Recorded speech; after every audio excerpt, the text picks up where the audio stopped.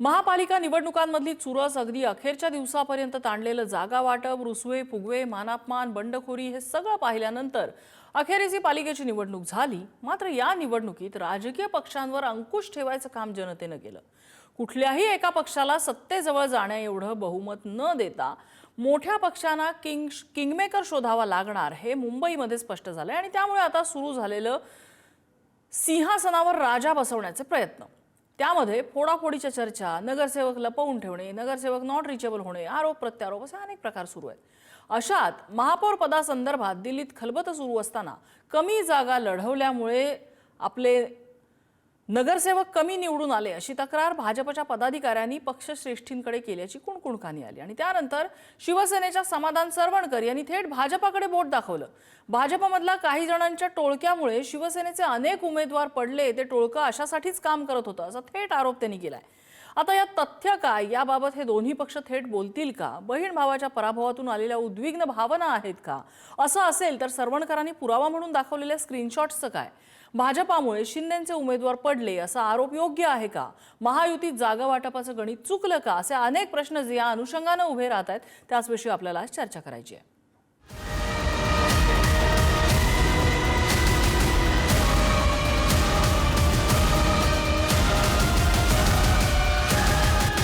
ही भाजपच्या पक्षाचीच चोरी आहे। भाजपचे काही पदाधिकारी आहेत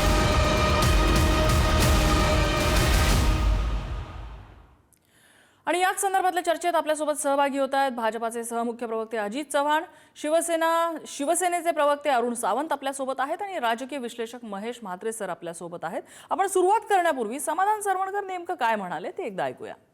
तरी महायुतीचे उमेदवार कसे पडतील यासाठी एक टोळी काम करते, ती खूप कार्यरत आहे, ऍक्टिव्हली काम करते। ते फक्त निवडणुकीच्या वेळेलाच ऍक्टिव्ह होतात, बाकीच्या वेळेला कुठेही दिसत नाहीत, कुठेतरी दादरवरती हफ्ते घेत अशा प्रकारे फिरत पक्षाची टोळी आहे। ही भाजपच्या पक्षाचीच चोरी आहे। भाजपचे काही पदाधिकारी आहेत, त्यांना बाजूला आता सध्या केलेलं होतं, पण काही पद देऊन परत त्यांना ऍक्टिव्ह काहीतरी झालेले आहेत। वॉर्ड लेवलचे पदाधिकारी खूप चांगल्या प्रकारे काम करत होते, पण ह्यांनी चुकीच्या प्रकारे व्हॉट्सअपवरती मेसेज टाकून ह्या गोष्टी घडवल्या। अजित चव्हाण, काय प्रतिक्रिया या संदर्भात?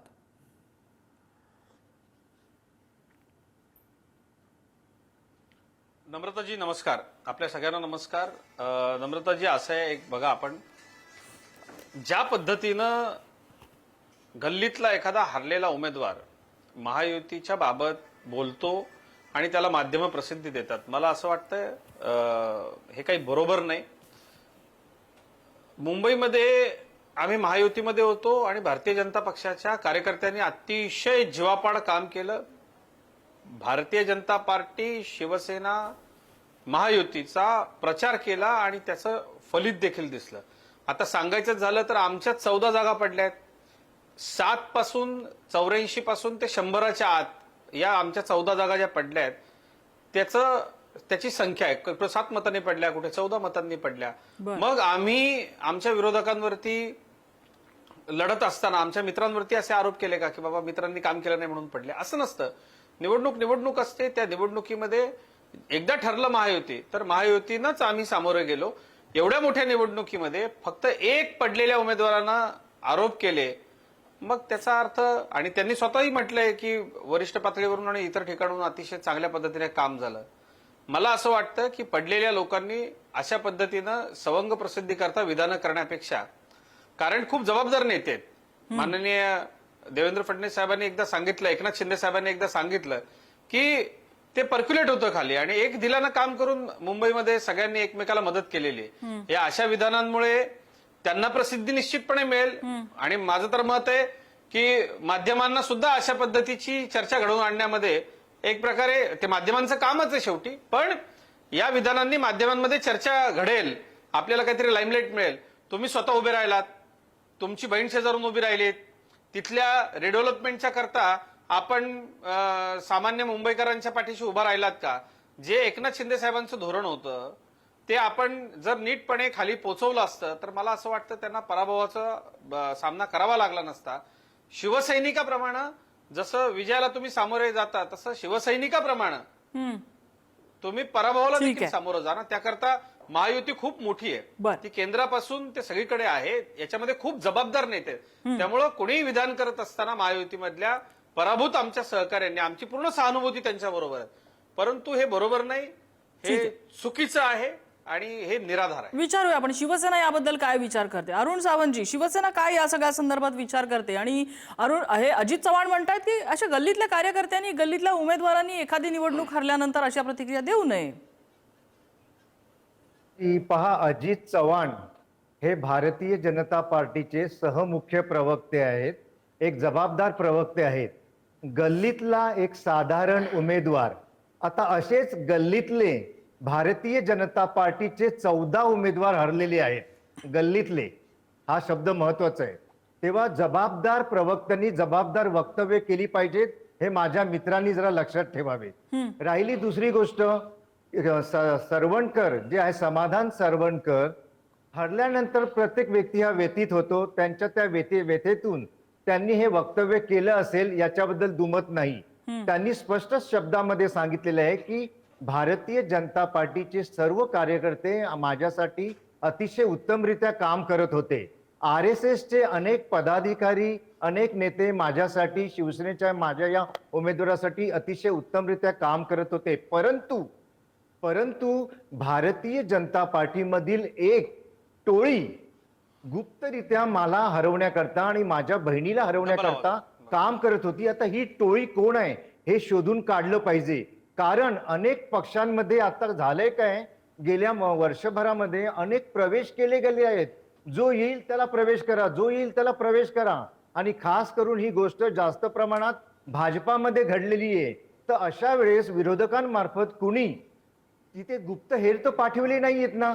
आपल्या पक्षामधल्या गुप्त बातम्या पोहोचवण्याकरता, काढण्याकरता असे गुप्तहेर येण्याची चान्सेस आहेत. आणि हेच गुप्त टोळी आज कदाचित शिवसेनेच्या उमेदवारांना तसेच भारतीय जनता पार्टीच्या उमेदवारांना सुद्धा हरवण्याकरता प्रयत्नशील होती, असा समाधान सरवणकर यांचा आरोप आहे. आणि हा आरोप अतिशय गंभीर आहे, याचा अभ्यास केला गेला पाहिजे. उगीच प्रवक्त्यांनी त्याच्यावरती गल्लीतला म्हणून शेरा मारू नये. पण म्हणजे सावंतजी, तुम्हाला हे शक्य वाटतं का, ज्यांचं बूथ लेवल मॅनेजमेंट आहे, प्रत्येक मतदार कुठल्या भागात असतो, काय करतो, किती मतदार कुठल्या घरात आहेत, या सगळ्याचं रेकॉर्ड ठेवणारी पार्टी, त्या पार्टीच्या नावाने जर एखादं टोळकं असं काम करत असेल, त्या पक्षाला माहिती नसेल असं वाटतं? नम्रताजी, हेच तर आश्चर्य आहे. होते काय, मी तुम्हाला माझा अनुभव म्हणजे थोडक्यात तुम्ही असं म्हणताय की त्यांना माहिती होतं आणि त्यांच्या आशीर्वादाने हे सगळं झालं होतं, अशी शंका तुम्ही व्यक्त करताय? अगदी 100% शंका मी व्यक्त करतो आणि त्या उमेदवारांनी सुद्धा व्यक्त केली. हे शोधून काढूया ना आपण. विचारूया आपण. एखाद्या हरलेल्या उमेदवारावरती गल्लीतला संबोधून असं त्याचा अवमान करणे योग्य नाही. गल्लीतले तर 14 भाजपाचे पण हरलेले आहेत. विचारूया. म्हात्रे सर पण आहेत, पण मला अजित चव्हाणांची प्रतिक्रिया घेऊन त्यांच्याकडे जायचंय. अजित चव्हाण. नाही अरुणभाई, महायुतीच्या बाबत आलेल्या विधानावरून मी त्यांना असं म्हटलो, आपण सगळेच गल्लीतले आहोत, गल्लीतूनच आपण निवडून येतो. आता कसं तुमचं डोकं ठिकाणावर आलं? मध्ये बसतो याचा अतिशय अभिमान आहे. आपण गल्लीमधलेच कार्यकर्ते होतो. नाही, आम्ही गल्लीमधले नाही आहोत, डोकं ठिकाणावर आलं, आम्ही जनतेमधले कार्यकर्ते आहोत. गल्ली हा शब्द योग्य नाही. गल्लीतला एक उमेदवार हरला म्हणजे काय? एक अरे त्याच्या वडिलांनी शिवसेनेची एवढी वर्ष सेवा केलेली, त्याने स्वतः तुम्ही गल्लीतला म्हणता त्याला? 14 तुमचे भाजपा कोण ते भाजपाचे मध्ये गल्लीमधले ते असं बोलूया का आपण? ठीक आहे, एक मागे घ्यायचे. सांगतो, ऐका असं आहे की नाही, हे ऐका ना, मी पत्रकार आहे, मला शब्दांचं ज्ञान तुमच्यापेक्षा तुम्ही पत्रकार असा किंवा कोणी असा परत एकदा सांगतो, ऐका, सांगायची गरज नाही. मला डोकं ठिकाणावर ऐका. नाही अरुणजी ऐका, संपूर्ण महाराष्ट्राला माहिती आहे की तुम्ही पत्रकार आहात, तुम्ही सहमुख्य प्रवक्ते आहात. तुम्ही कुणाची हो ठीक आहे, कोण काय आहे ते सगळ्यांना माहिती आहे. आणि ते गल्लीतूनच निवडणुकीला उभे राहिले होते. गल्लीतल्या माणसाने राज्यामधल्या महायुतीवरती टीका करू नये, हे माझं विधान आहे, ते मी अंडरलाईन करतो. परत एकदा लक्षात घ्या, मी पण गल्लीतलाच आहे, तुम्ही पण गल्लीतलेच आहात, आपण सगळे गल्लीतच येतो, गल्लीच्या नाक्यावर अभिमानाने बसतो. असं नाही, ते व्यक्तिगत ऐका अरुणभाई, माझे मित्र, भारतीय जनता पार्टीच्या प्रवक्त्यांनी किंवा कोणत्याही नेत्यांनी हवेमध्ये राहायचं नाही, चुकीचं आहे, जमिनीवर चालायचं. कोणीही नाही. शिवसेनेच्या कार्यकर्त्यांमुळे, उमेदवारांमुळे आमचं स्ट्राईक रेट कमी झाला. हे काय कोणाला सांगता तुम्ही? कोणीच नसतं. एक लक्षात घ्या, प्रत्येकाने जमिनीवरच राहिलं पाहिजे. मी तेच सांगितलं की जमिनीवर राहा, पराभव शिवसैनिकासारखा महायुतीमध्ये तुम्ही आहोत, स्वीकारला पाहिजे. महायुतीमध्ये जर असल्यासारखं याच्यामध्ये त्यांना बोलायचं काही कटकार असतात, आम्ही ऐका, आम्हाला ते जास्त ऐका. आवडेल. माझ्या पक्षाच्या अनेक सहकाऱ्यांनाही वाटलं असतं की त्यांनी थेट माध्यमांमध्ये जाऊन आरोप करावा. महायुतीमध्ये अरुणभाई महायुतीची आचारसंहिता पाळली पाहिजे, ती तुम्हीही पाळली पाहिजे, तुम्ही पाळायची. मी पाळली तुम्ही मला पाहिजे. नका शिकवू. लक्षात घ्या, मी माध्यमाच्या सभ्यतेने कॅमेऱ्यासमोर बोलतोय. आपण आहोत म्हणून एकमेकांचा तुम्ही सभ्यता सोडलेली आहे. माध्यमाच्या कॅमेऱ्यासमोर आहोत, मी सभ्यता सोडलेली नाही. मी अतिशय संयत शब्दात आपल्याला सांगतोय की ज्या पद्धतीनं मी जे अपेक्षित केलं, समाधान सरवणकर आमदाराचा मुलगा आहे, मुंबईत राहतो, त्याच्यासमोर मीडिया आहे म्हणून त्यांनी जाऊन तातडीनं मीडियाच्या समोर महायुतीच्या बाबत वक्तव्य करणं, उलट तुम्ही त्यांना समज दिली पाहिजे की तुम्हाला असं वाटतंय धोका झाला. आपली एक समन्वय समिती आहे, आपण त्यांच्यासोबत बसून याची चर्चा केली पाहिजे. या माध्यमांमध्ये बोलण्याच्या गोष्टी आहेत का? आणि मी सुद्धा आता इथं स्वतःला आवर घालतो, थांबतो. आपण महायुतीमध्ये आहोत असं तुम्ही ठीक मला आहे. म्हणालात, ठीक आहे. तर याची समज तुम्ही त्यांना द्यायला हवी होती. या गोष्टींची चर्चा मीडियासमोर व्हायला नको, हे लक्षात घ्या तुम्ही. आणि गल्लीतला नाही, तो गल्लीतलाच आहे, मी पण गल्लीतला आहे, तुम्ही पण गल्लीतलेच नाही आहोत. काय आहे, गल्लीतलाच हे येतो अशी आम्ही. वक्तव्य आम्ही अशी गल्लीतले नाही वक्तव्य आहोत, अजित तुम्ही चव्हाण आणि असाल. अरुण आम्ही सावंत नाही आहोत. अशी राज्याच्या विषयावरती वक्तव्य बोलू जेव्हा नये. समोर येतात आपण टायमिंग खूप महत्वाचं मी असतं. गल्लीतला आहे. टायमिंग आलं खूप का लक्षात? महत्वाचं असतं. मी म्हात्रे गल्लीतूनच सरांकडे उसळले जाते. आपण. म्हात्रे सर टायमिंग याचं किती ऍप्ट आहे बघा. दिल्लीमध्ये भाजप नेत्यांनी आम्हाला जागा कमी मिळाल्या अशी नाराजी व्यक्त करणं आणि जर जास्त जागा मिळाल्या असत्या तर आमच्या 100पेक्षा जास्त आले असते, आपण एका हाती सत्ता मिळू शकलो असतो वगैरे अशा पद्धतीची कुणकुण राज्यामध्ये येणं, माध्यमांमध्ये तशा बातम्या येणं आणि दुसरीकडे समाधान सरवणकर यांनी आपली नाराजी व्यक्त करणं, कुठेतरी हे दबावाचं राजकारण सुरू आहे असं वाटतं. बघा, म्हणजे आता मुंबई महानगरपालिकेचं एकूण राष्ट्रीय आणि राज्यातील राजकारणात असलेलं स्थान लक्षात घेता या महापालिकेमध्ये आपल्याला महत्वाची पदं मिळणं, महत्वाच्या समित्या मिळणं, या सगळ्याकडे दोन्ही महायुतीतल्या पक्षांचा कल असणं साहजिक आहे. आणि त्यामधून अशा पद्धतीचं दबावाचं राजकारण होणं अपेक्षित होतं. परंतु आता अजितजी आणि सावंतजी यांनी ज्या पद्धतीने गल्लीतल्या या एका शब्दावरून आपल्या भावना, तीव्र भावना व्यक्त केलेल्या दिसल्या, यातून एक गोष्ट लक्षात येते की ज्या पक्षांची सत्तेमध्ये एकत्र ते आलेले आहेत, सत्तेत युती आहे, निवडणुका एकत्र लढवलेल्या आहेत, परंतु आता नजीकच्या काळामध्ये हा जो तणाव आहे, हा तणाव दिवसेंदिवस वाढत चालला आणि तो सर्व स्तरामध्ये आपल्याला दिसतोय. आणि त्या स्तरातील समाधान सरवणकर हे जे उमेदवार पराभूत झालेले आहेत, त्यांनी ही जी आपली प्रतिक्रिया व्यक्त केलेली आहे, ही प्रतिक्रिया आता राज्यातल्या राजकारणामध्ये त्याचे पडसाद उमटायला लागले. यात एक गोष्ट मी थोडीशी विस्ताराने सांगू इच्छितो की आपण सगळेजण जाणतो की मुंबई महानगरपालिका ही अत्यंत महत्वाची होती महायुतीसाठी. उद्धव ठाकरे यांच्या शिवसेनेकडून राज ठाकरे यांनी एकत्र येऊन ज्या पद्धतीने मराठी माणसाचा मुद्दा समोर आणला होता आणि त्या लढाईमधून लढून ही महायुतीने ही महानगरपालिका आपल्याकडे आणलेली आहे.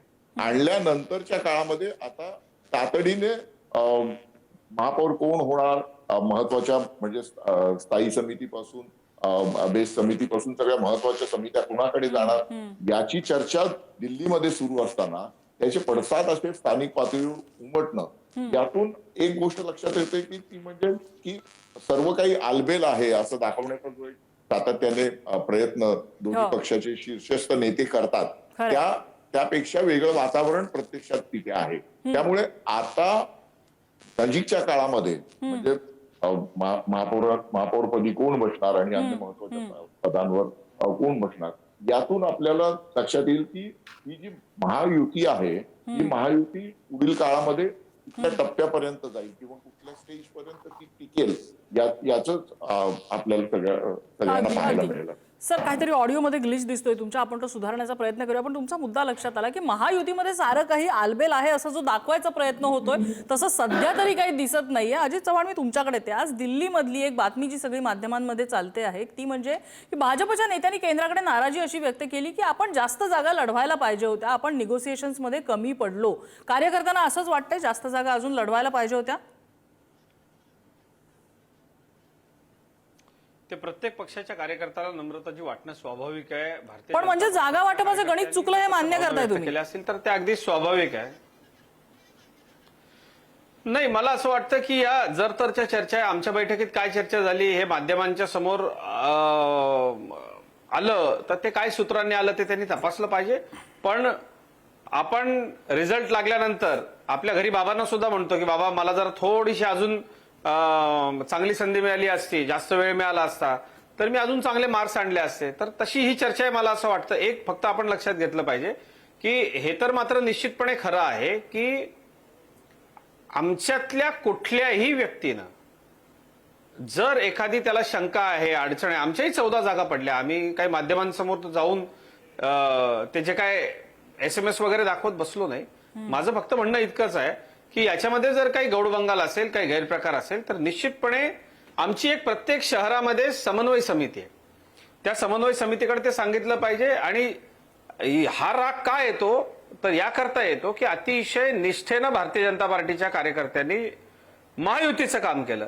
ते केल्यानंतर एखादा व्यक्ती पराभूत झाला तर त्याच्या व्यक्तिगत रागातनं ज्या हजारो कार्यकर्त्यांनी, जिथं धनुष्यबाण नाहीये तिथं कमळाच्या कार्यकर्त्यांनी, जिथं कमळ नाहीये तिथं धनुष्यबाणाच्या कार्यकर्त्यांनी जे काम केलं त्या कामाचा हा अपमान होतो, पक्षशिस्तीचं आणि युतीच्या शिस्तीचं उल्लंघन होतं. त्यामुळं मी या उपर अधिक काही बोलणार नाही.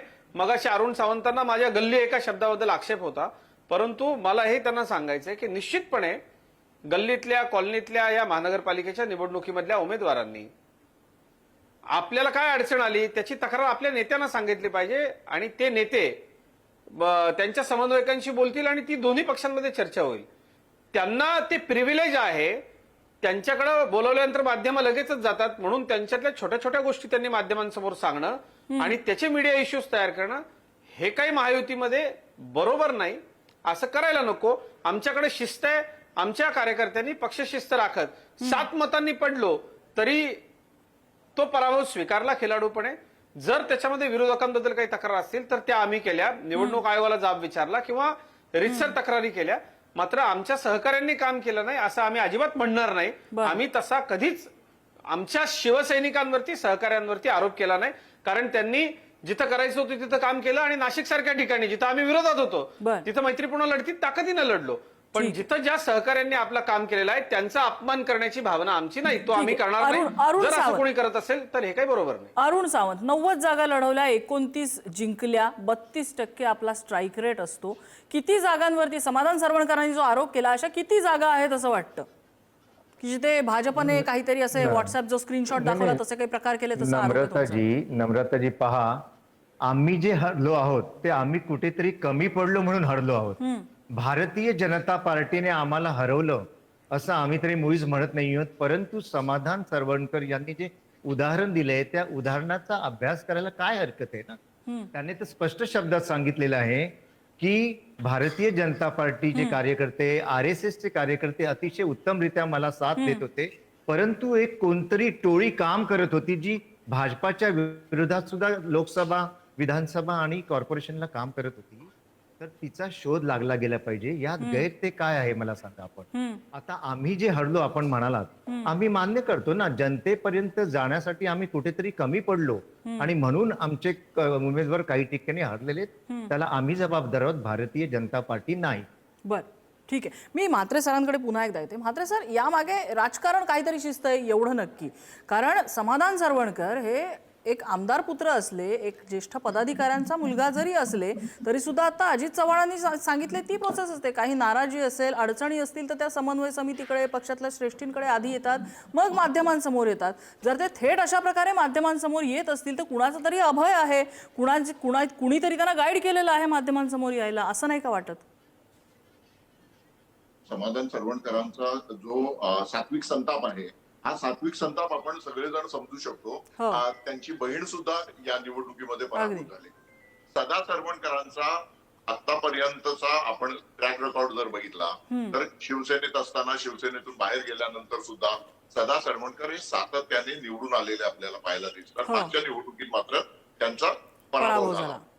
विधानसभा निवडणुकीत पराभव होण्याच्या आधी आपण लोकसभा निवडणुकीतील संपूर्ण राजकारण जर बघितलं तर राज ठाकरे यांनी बिनशर्त पाठिंबा जाहीर केला होता महायुतीसाठी. त्यावेळेस राज ठाकरे यांनी एकनाथ शिंदे यांच्या चिरंजीवांच्या मतदारसंघात जाऊन सभा घेतली हो आणि त्यांनी आपला जो मनोदय होता की महायुतीला पाठिंबा देण्याचा हा लोकसभा निवडणुकीमध्ये त्यांनी पूर्ण करून दाखवला होता. त्यानंतर आली विधानसभा निवडणुकी. या विधानसभा निवडणुकीच्या सुमारास माहीम मधून ज्या वेळेस राज ठाकरे यांच्या मुलाने अमित ठाकरे यांनी अर्ज भरला त्यावेळेस झालेल्या मीटिंग आपण आठवा.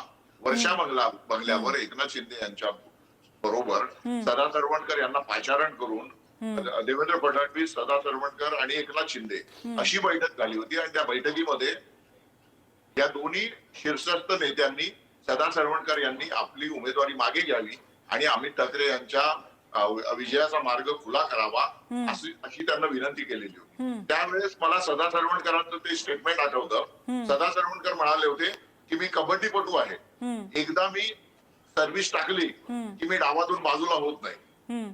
आणि त्यांनी आपली उमेदवारी मागे घेतलेली नव्हती आणि त्या निवडणुकीत काय झालं हे सगळ्यांना माहिती आहे. महेश सावंत शिवसेनेचे म्हणजे उद्धव ठाकरे यांच्या सेनेचे निवडून आले. त्या 2 नंबरच्या स्थानी सदा सरवणकर राहिले आणि अमित ठाकरे थेट 3ऱ्या क्रमांकावर गेले दिसले. मला सांगा, हा अत्यंत महत्वाचा जो मुद्दा होता तो मुद्दा दुर्लक्षून आपल्याला या निवडणुकीकडे पाहताच येणार नाही. नाही, मात्र सर माझा प्रश्न तोच आहे की आपण जे ह्या थेट राजकारणामध्ये नाही, आपल्याला ही सगळी ह्या सगळ्या गोष्टी ह्या सगळ्या लिंक्स लक्षात येतात. ह्या काय सरवणकरांना लक्षात येत नसतील का? तर 100% येत असतील. पण ते माध्यमांसमोर येत आहेत आणि भाजपकडे बोट दाखवतायत. ह्याचं राजकारण कसं उलगडून सांगायचं? नाही, मी तेच म्हणालो की त्यावेळेस सदा सरवणकर यांना अत्यंत महत्वाचं असं राज्यमंत्री पदाचा दर्जा ज्याला आहे असं सिद्धिविनायक मंदिर न्यासाचं अध्यक्षपद दिलेलं होतं आणि ते पद त्यांच्याकडे कायम राहील अशा पद्धतीचं त्यांना आश्वासन सुद्धा दिलेलं होतं. आणि हे सगळं झाल्यानंतर सदा सरवणकर यांनी ती निवडणूक लढवली. ती निवडणूक लढवल्यानंतर ते या अध्यक्षपदावर पण राहिले. पण त्यानंतरच्या काळामध्ये ही पुन्हा जेव्हा नगरसेवक पदाच्या निवडणुका आल्या तेव्हा सदा सरवणकर यांनी आग्रहाने आपल्या मुलाच्या बरोबर मुलीसाठी सुद्धा तिकीट मागून घेतलं, आपल्या कार्यकर्त्यांसाठी सुद्धा तिकीट मागून घेतलं. एक आमदार म्हणून ते त्यांचं कर्तव्य होतं आपण समजू. परंतु या सगळ्याचे जे परिणाम होणं अपेक्षित होतं हे त्यांच्या जवळच्या कार्यकर्त्यांमध्ये मोठ्या प्रमाणात नाराजी झाली आणि भारतीय जनता पक्षाचे ज्या कार्यकर्त्यांना या भागातून उमेदवारी हवी होती त्या कार्यकर्त्यांमध्ये सुद्धा जी मोठी नाराजी पसरली, कदाचित यावर सावंतजी अधिक चांगल्या पद्धतीने बोलू शकतील, ही नाराजी सुद्धा मोठ्या प्रमाणात सोशल मीडियावर बघायला मिळत होती.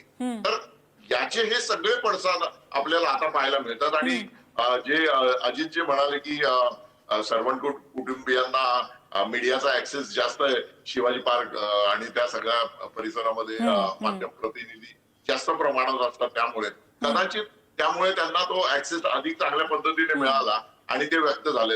आज मुंबईमध्ये जसं आपण याआधी चर्चेत ऐकलं की भारतीय जनता पक्षाच्या अनेक उमेदवारांना थोड्या मतांनी पराभव करावा लागलेला आहे. अन्य पक्षाच्या उमेदवारांना सगळ्याच पक्षांमध्ये तसे थोड्याफार फरकानं परिस्थिती दिसते. पण सर, तुम्ही आता हे जे रिझनेबल एक्सप्लेनेशन दिलं की म्हणजे हा सूर्य आणि हा जयद्रथ, ही सगळी कारण मीमांसा त्याची आहे. अजित चव्हाण, ही सगळी कारण मीमांसा समोर असताना सुद्धा तुमच्या पक्षाकडे ज्या वेळेला एक पराभूत उमेदवार बोट दाखवतो त्यावेळेला भाजप याचा काय विचार करतं? खरंच असं काही टोळकं बिळकं आहे का? चौकशी करणार आहात का तुम्ही?